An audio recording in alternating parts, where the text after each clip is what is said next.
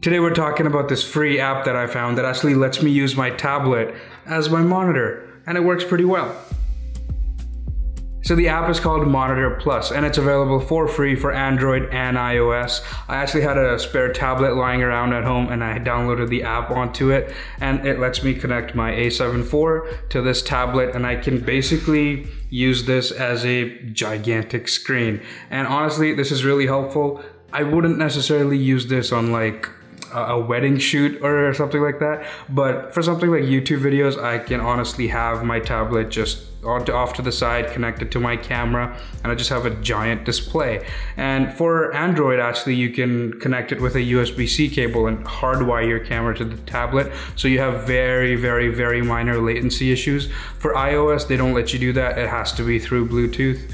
But honestly, the latency is not that bad at all. The app does actually offer a paid version, which is I think $18 US and 25 Canadian. I do have the paid version here, but you don't need the paid version to use it at all. You can just go ahead, download the free version, and it works just fine. You just unlock a few more features if you get the paid version, and just a one-time payment of $25, I think, is much better than spending like $200-300 bucks on a brand new monitor. And if you're somebody like me who just had a tablet lying around, honestly, it's totally worth it. And you could even use this with your phone, of course, if you don't need a gigantic screen. The connection process is super easy. You just have to scan the QR code off the back of your camera, and it will basically just remember it for next time, so you never have to really do that again. But if you're hardwiring it, it's even easier. Just plug your camera in, pick remote PC on the back of your camera screen, and you're good to go. Now I'm quickly gonna walk you through some of the features this app has to offer, because honestly, it's fantastic and I can't wait to show you guys. So getting right into it, this is the interface that you see here. Along the top, you see all of your camera controls like frame rate, shutter, iris, ISO, all of that. And you can change all of the items just from this screen here. Like I can change all of my ISO settings, and they change live on the camera. I can even set it to auto, but let's stick to 3200, let's say, for now. Next up, we also have the white balance settings. You can just switch to auto, but I typically just like to do 5500 Kelvin. There's even some green magenta shift options and stuff like that. And of course, you can even switch your camera to manual focus just from here, which is fantastic. But let's just stick to autofocus there for now. You can even change the iris here, so I can go to f16 if I want to, or go right back to 2.8, and frame rate settings. So I can even change the format which my camera is filming in. So let's go to XAVC-SI 4K and change the frame rate to 60 FPS. You see the camera goes into crop mode because this is the A7 IV and it has the 4K 60 crop. I can basically change every single thing you can think of. It is absolutely fantastic. You have guide features like zebras. As you can see, some of the stuff is peaking there, and if I change exposure, stuff like that. It also has false color, which is fantastic. And one of my favorites is that it can do overlays. So if you like to do like the cinematic black bars and something like that, so you can actually have overlays displayed right on the screen, just like this.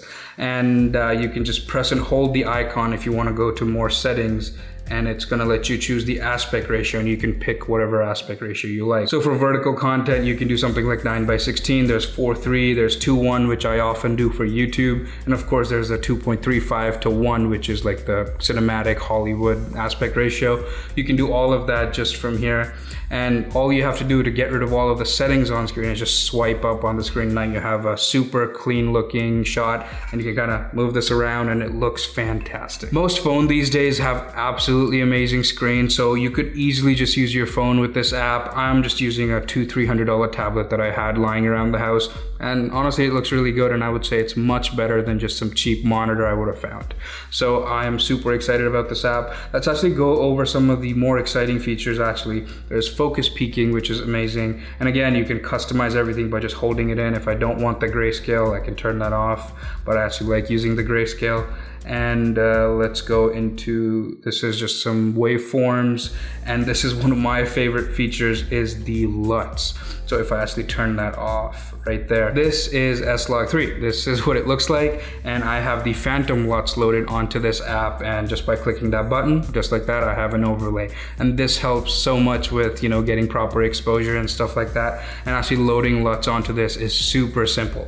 So, and of course you can choose which LUT you want to use just by clicking and holding. Again, we can just keep scrolling. There's this additional view, which is like their command center. So this shows you the histograms, the vector scopes and stuff like that.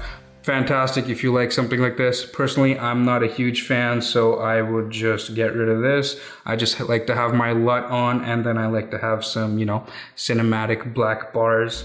Maybe once in a while I'll do zebras, something like that, or focus peaking if I really need to.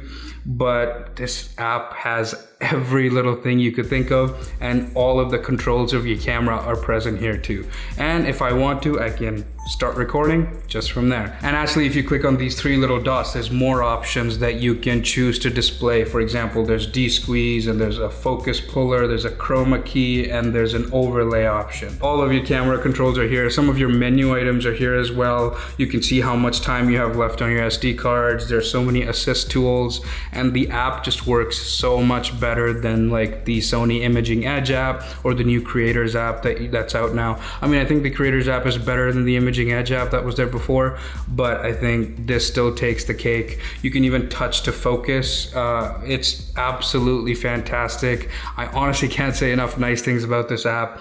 I absolutely recommend you check it out. And just for 25 bucks, all of these features, absolute bargain, honestly. And heck, it's free if you don't need everything. So definitely worth a look. If you have Android, iPhones, whatever, it should work. For Android, I think it's a little bit better because you can just hardwire into your camera. But again, the Bluetooth connection works just fine as well, and the latency isn't all that bad. I use this all the time while recording my YouTube videos, as I'll just have it next to my camera so I can see myself on a bigger screen. This is like a 7-inch, 8-inch tablet, so this is fantastic to use with this app. All right guys, that was it for me today. I hope you enjoyed this video. I hope this app is helpful to you. I'm not affiliated with them. I'm not sponsored by them. This video is not sponsored. I just found their app. I think it's fantastic, and I think it's worth it if you guys check it out as well. I'll leave all the links down below. Other than that, that was it for me. If you like this video, don't forget to leave it a like. It really helps out the channel. Subscribe for more videos like this, and I'll see you guys next time.